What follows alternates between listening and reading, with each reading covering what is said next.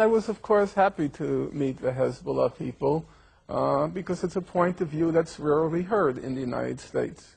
And I have no problem saying that I do want to express solidarity with them. And I'm not going to be a coward and a hypocrite about it. I don't care about Hezbollah as a political organization. I don't know much about their politics. And anyhow, it's irrelevant. I don't live in Lebanon.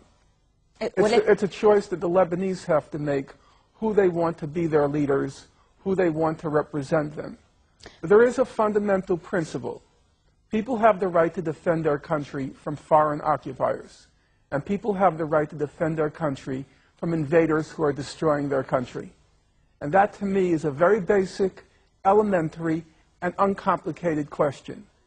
My parents went through World War II. Now, Stalin's regime was not exactly a bed of roses. It was a ruthless and it was a brutal regime, and many people perished. But who didn't support the Soviet Union when they defeated the Nazis? Who didn't support the Red Army? And all the countries of Europe which were occupied, who gets all the honors? The resistance. The communist resistance, it was brutal. It was ruthless. The communists were not, it wasn't a bed of roses. But you respect them. You respect them because they resisted the foreign occupiers of their country. And if I'm going to honor the communists during World War II, even though I probably would not have done very well under their regimes, if I'm going to honor them, I'm going to honor the Hezbollah. They show courage, they show discipline. I respect that. هذا التوصيف صحيح، ولكن قبل سنة 2000 بعد 2000 صار في انسحاب إسرائيلي من منطقة الجنوب، صار في انقسام بداخل لبنان بين الأطراف السياسية اللبنانية حول موضوع مستقبل السلاح وموضوع المقاومة. يعني هذا الانقسام الذي حصل أنت هون عم تفوت طرف فيه، أنت عم تكون طرف. بالنهاية أنت عم تقول أنت عم تجي على لبنان زيارة، ولكن ما عم تشوف تداعيات اللي عم بيصير. بالنهاية تداعيات حرب تموز على الناس. Listen, if you want to close your eyes and believe it was all over in May 2000, you can do so. You can play that game. But the reality was, and everyone understood it, that the Israeli attitude was, we're going to knock out Hezbollah. And they began planning for a new war right after they were forced to leave in 2000. They found their excuse, their pretext, in July 2006. But there's no question among rational people that Israel was never going to let that victory go by, the Hezbollah victory go by. They were determined to teach كان يمكن تجنبه. يعني هون ممكن يقدر الطرف الآخر يقول لك ممكن تجنبه ما توقع بالفخ. It could not have been avoided. There is no way that the United States and Israel are going to tolerate any resistance in the Arab world. You want to pretend it can be avoided, you can play that game. But serious people, clear-headed people, knew there was going to be a war sooner or later. You think there's not going to be another war? You think Israel is going to allow that defeat in July 2006? You want to pretend it's Hezbollah that's causing the trouble? No, there will be another war, and the destruction will probably be 10 times worse, maybe even more, than July 2006, because Israel is determined with the United States to put the Arabs in their place and to keep them in their place. Now, how can I not respect those who say no to that? You know, during the Spanish Civil War, there was a famous woman, they called her La Pasionaria, Dolores Ibarruri, from the Spanish Republic. And she famously said, it's better to die in your feet than to walk crawling on your knees.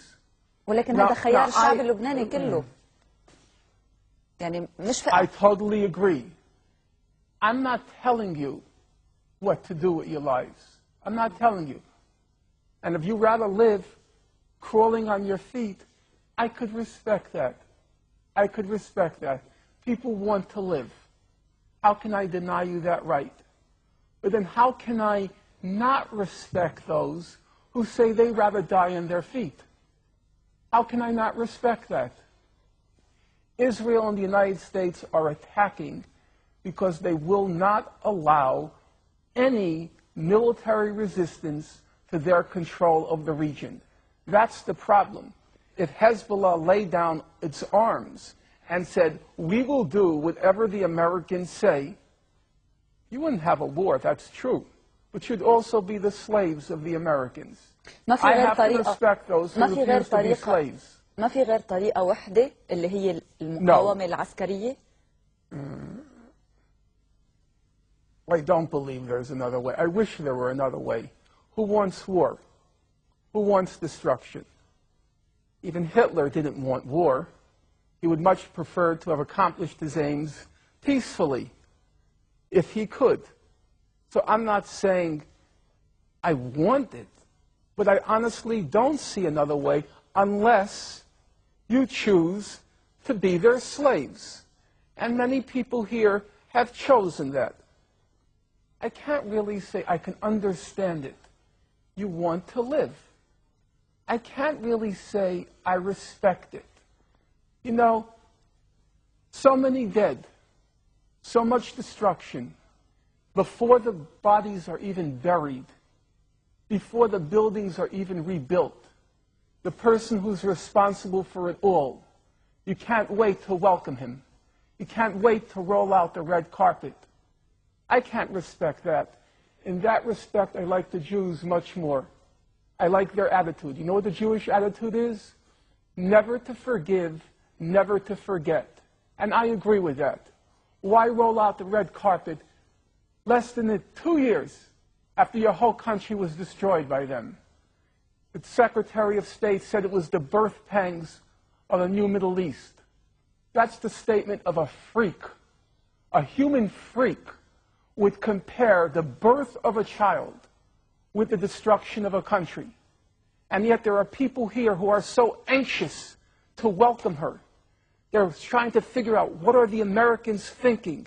They can't wait for their banquets. How can anyone respect that? I respect the Jews 1,000 times more. Never to forgive, never to forget. All the death and all the destruction. And you can't wait to welcome him. Norman, it's disgusting.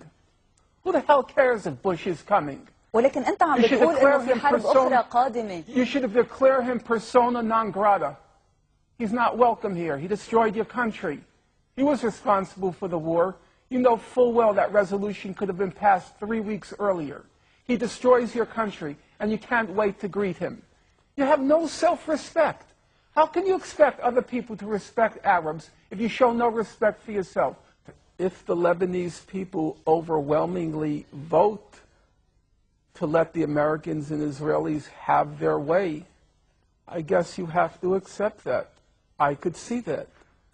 And I couldn't possibly say that they don't have the right to make that choice.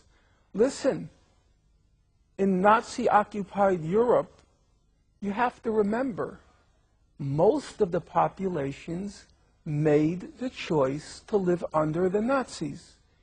All of this talk about the French resistance is just a joke. It never happened. The French resistance, about 20% of the French population read the resistance newspaper. There were maybe 10% of the French who resisted. The rest said, don't resist, because the Nazis were ruthless. You resist, 400 are killed for each soldier that's killed. That's how the Nazis operated. So that most of the French said, like you, we want to live. Don't resist. But now I have to ask you, in retrospect, who do we honor? Do we honor those who say, let us live? Or do we honor those who said, let's resist? Leaders come last.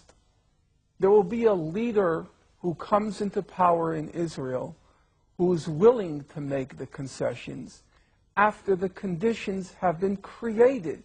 Namely, Israel has to suffer a defeat.